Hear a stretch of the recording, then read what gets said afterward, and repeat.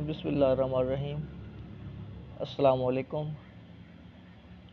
दोस्तों, आज आपकी खिदमत में एक ऐसी चीज़ लेकर हाज़िर हुए हैं जिसके इस्तेमाल से अज़ाए रईसा को ताकत मिलती है, जिगर की इस्लाह होती है, दिलो दिमाग को तक़वियत मिलती है, मैदे के अफ़आल दुरुस्त होते हैं और बहुत ज़्यादा खून पैदा होता है। और अगर HB कम हो तो इसके इस्तेमाल से HB नॉर्मल हो जाता है। और ये चीज़ जो है जो आपके लिए लेके आए हैं, थैलेसीमिया के मरीज़ों के लिए एक बहुत बड़ी नेमत है। थैलेसीमिया के मरीज़ों को आप ये एक तोहफ़ा कर सकते हैं। बहुत ही ज़बरदस्त और बहुत ही आज़मूदा चीज़ है। ये चीज़ हमने थैलेसीमिया के मरीज़ों पे इस्तेमाल करवाई। ऐसे मरीज़ जिनको माइनर केस था, जिनका थैलेसीमिया माइनर था, तो वो इससे बिल्कुल सेहतयाब हुए हैं।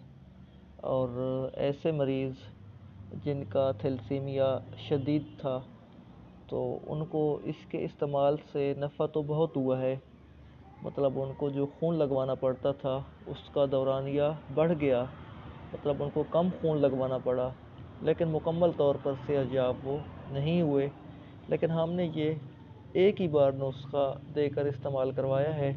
उम्मीद है कि इसको अगर ज़्यादा टाइम के लिए इस्तेमाल किया जाए तो अल्लाह ताला उनको शदीद थैलेसीमिया के मरीज़ों को भी सेहत दें। बहरहाल आपको नुस्खा बताते हैं, नुस्खा नोट फरमा लें।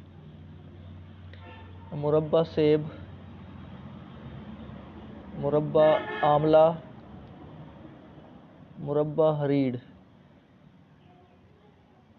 खजूर, मुरब्बा गाजर, ये 5 चीज़ें हैं। मुरब्बा सेब, मुरब्बा आमला, मुरब्बा हरीड़, मुरब्बा गाजर और खजूर। तरीका ये है कि खजूर की जो गुठलियाँ हैं वो अलग कर लेनी है, मतलब खजूर की गुठलियाँ निकाल लेनी है। और बाकी तमाम जो मुरब्बे हैं उनको आपने सबको मिक्स कर लेना है, और खजूर को भी गुठलियाँ निकालने के बाद ये तमाम जो मुरब्बे हैं और खजूर ये एक एक पाव लेना है। मतलब हम वज़न है सब का एक एक पाव होगा।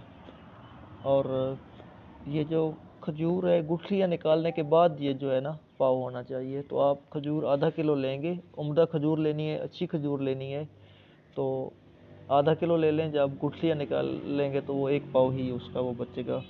इन सब को आपने मिक्स कर लेना है, और मिक्स करने के बाद ये जो है आपका एक मौजून की शक्ल जो है अख्तियार कर लेगा। तो ये मौजून जो है 2 से 5 साल तक के जो बच्चे हैं उनको एक एक चम्मच सुबह शाम इस्तेमाल करवाना है खाने के बाद। 5 साल से 10 साल के जो बच्चे हैं उनको 2-2 चम्मच देने हैं खाने के बाद। और 10 साल से ऊपर के जो होंगे मरीज़ उनको 3-3 चम्मच देने हैं सुबह शाम खाने के बाद।